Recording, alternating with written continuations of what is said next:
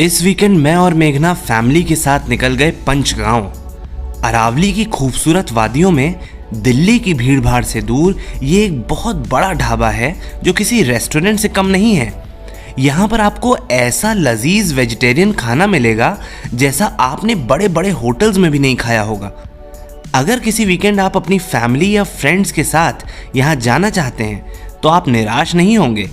But जाने से पहले हमारे इस अमेजिंग व्लॉग को पूरा देख लीजिए, क्योंकि हम आपको यहाँ जाने के लिए बेस्ट रूट से लेकर बेस्ट टाइम के बारे में बताएंगे और साथ में ये भी बताएंगे कि आपको यहाँ कितने पैसे खर्च करने पड़ सकते हैं। तो फटाफट बेतरतीब को सब्सक्राइब कर लीजिए और ये वीडियो अपने फ्रेंड्स को ज़रूर फॉरवर्ड कर दीजिए। पंचगांव का नाम सुनकर आपको लग रहा होगा कि ये 5 गांव से मिलकर बना है या फिर सरपंच वर्ड से इसका नाम जुड़ा हुआ है। आप दोनों ही केसेस में सही हैं, क्योंकि इस ढाबे का थीम गांव का खाना है और यहाँ की स्पेशलिटी है पराठे, जिनमें से सबसे बड़े वाले का नाम है सरपंच पराठा। ये डिशेस देखकर आपको लालच तो आ गई होगी, पर सबसे पहले हम आपको यहाँ जाने का तरीका बताते हैं। मैं, मेघना और मेरी मम्मी मेरे सिस्टर के घर द्वारका में रुके थे और वहीं से हमने सुबह के 11 बजे अपनी जर्नी शुरू की थी। दिल्ली एनसीआर के किसी भी कोने से आप इजीली पंचगांव जा सकते हैं। बस एक छोटा सा इशू ये है कि ये जगह दिल्ली से बाहर है, इसलिए अगर आपको यहाँ जाना है तो अपने व्हीकल से या फिर पहले से बुक की गई कैब से ही जाना पड़ेगा।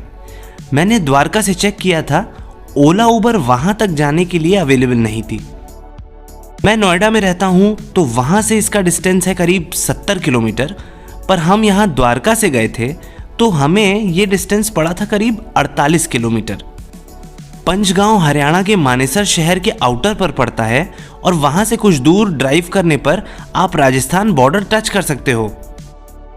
द्वारका, गुड़गांव और मानेसर के खूबसूरत हाईवेज को पार करते हुए हम दिल्ली से बाहर आ गए और रास्ते में दिखने लगे अरावली माउंटेन्स।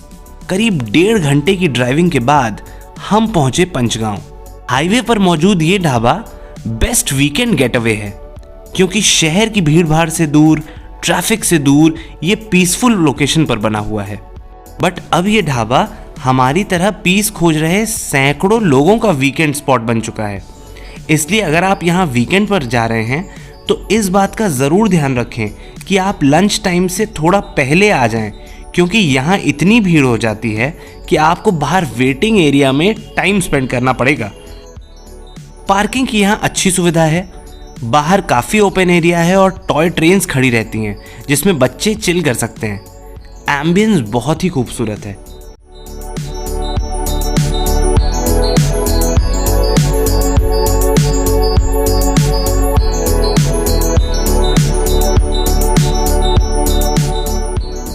इंटीरियर भी बेहद खूबसूरत है। कलरफुल कपड़े, लाइट्स और पेंटिंग से इसे डेकोरेट किया गया है। अमेजिंग बात यह है कि अंदर से ये इतना खुला है कि सनलाइट अच्छे से आती है और लाइटिंग कम नहीं लगती। यहाँ बहुत बड़ा सा सिटिंग एरिया है। लोग इस बड़े हॉल में दूर तक आपको बैठे नजर आ जाएंगे। साइड में रोड साइड स्टॉल्स की तरह से काउंटर बने हैं जिस पर खाना मिलता है।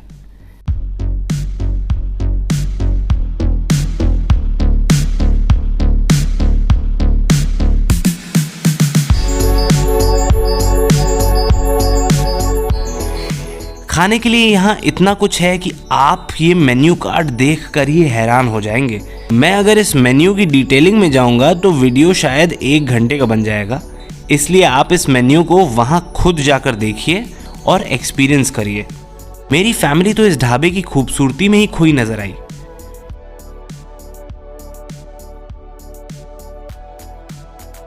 इस बीच हमने स्टार्टर्स में shikanji, fresh lime soda, paneer tikka, soya chaap और फ्रेंच फ्राइज ऑर्डर कर लिया।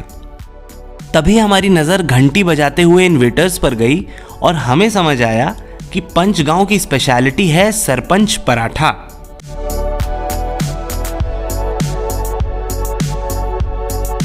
ये इतना बड़ा होता है कि इसे 6 से 7 लोग ही मिलकर ख़त्म कर पाते हैं।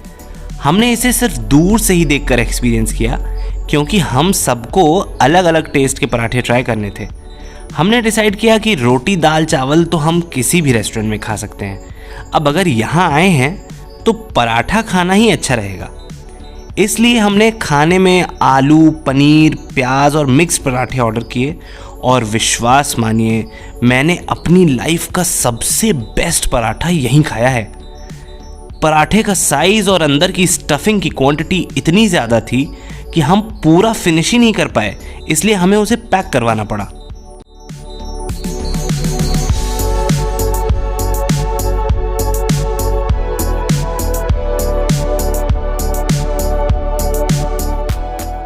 हमने अंदर रेस्टोरेंट को एक्सप्लोर किया। बाथरूम तो खूबसूरत था ही, साथ में दीवारों पर बनी पेंटिंग्स, आर्टिस्टिक डिज़ाइंस भी बहुत ही ज़्यादा खूबसूरत थी। यहाँ से बाहर भी जब आप देखेंगे तो ये फिल्मी मैदान, यहाँ छोटा सा ये पार्क आपको बहुत खूबसूरत लगेगा। ओवरऑल ये एम्बियंस गजब का है। पास में ही पंचगांव बाहर लिखा हुआ है, जहाँ पर आप अपनी फैमिली के साथ खड़े होकर फ़ोटो क्लिक करवा सकते हैं।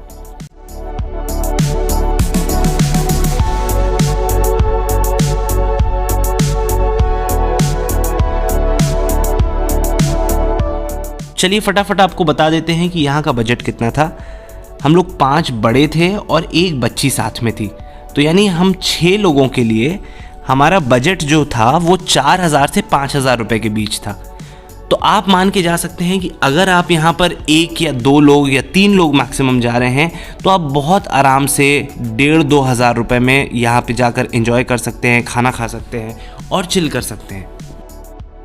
पंचगांव से निकलने के बाद मेरे ब्रदर इन लॉ यानी मेरे जीजू को लॉन्ग ड्राइव पे जाने का बहुत मन कर रहा था, इसीलिए उन्होंने गाड़ी वापस द्वारका की तरफ मोड़ने के बजाय आगे और ज़्यादा हरियाणा के इंटीरियर और राजस्थान तक जाने का फैसला किया। तो हम लोग निकल गए लॉन्ग ड्राइव पर। बीच में पड़े कई छोटे मोटे गांव और पहुँचे हम लोग लास्ट रेवाड़ी तक। खैर हम पूरी तरह रेवाड़ी तक तो नहीं पहुँच पाए थे, पर हाँ हमने रेवाड़ी बॉर्डर टच कर दिया था और वहाँ से लगभग 40 से 50 किलोमीटर दूर नीमराना था, जहाँ से राजस्थान का बॉर्डर शुरू हो जाता है। तो मैं ये कह सकता हूँ कि हम लोग राजस्थान तक घूमकर चले आए। फिर हम वहाँ से वापस लौटे द्वारका की तरफ। और अगर आप द्वारका यानी गुड़गांव द्वारका हाईवे पर हैं और द्वारका की तरफ आ रहे हैं तो सबसे इंटरेस्टिंग चीज़ जो आपको वहाँ पे देखनी चाहिए वो है लैंड करते हुए प्लेन्स। तो हमने भी यही किया, अपनी गाड़ी को लगाया साइड में और कुछ दूर प्लेन की लैंडिंग को एंजॉय किया। सो इस तरह हमारा संडे बीता मज़ेदार और हम लौट गए अपने अपने घर। आपका संडे कैसे बीता या फिर आप अपना संडे कैसे बिताना चाहते हैं, हमें इसके बारे में बताइए। अगर दिल्ली के आसपास आप और भी कोई इंटरेस्टिंग जगह जानते हैं तो हमें कमेंट सेक्शन में ज़रूर बताइए, जिससे हम भी वहां एक्सप्लोर कर सकें और हमारे थ्रू कई और लोग उन जगहों के बारे में जान सकें। पंचगांव के बारे में अगर आपको ज़्यादा कुछ जानना है तो वो भी आप हमसे कमेंट करके पूछ सकते हैं, शर्माइए बिल्कुल नहीं। अब फटाफट इस वीडियो को शेयर करिए, लाइक करिए, हमारे चैनल को सब्सक्राइब करिए और ऐसे ही अमेजिंग वीडियोस देखने के लिए हमारे इंस्टाग्राम अकाउंट को भी जल्द से जल्द फॉलो कर लीजिए।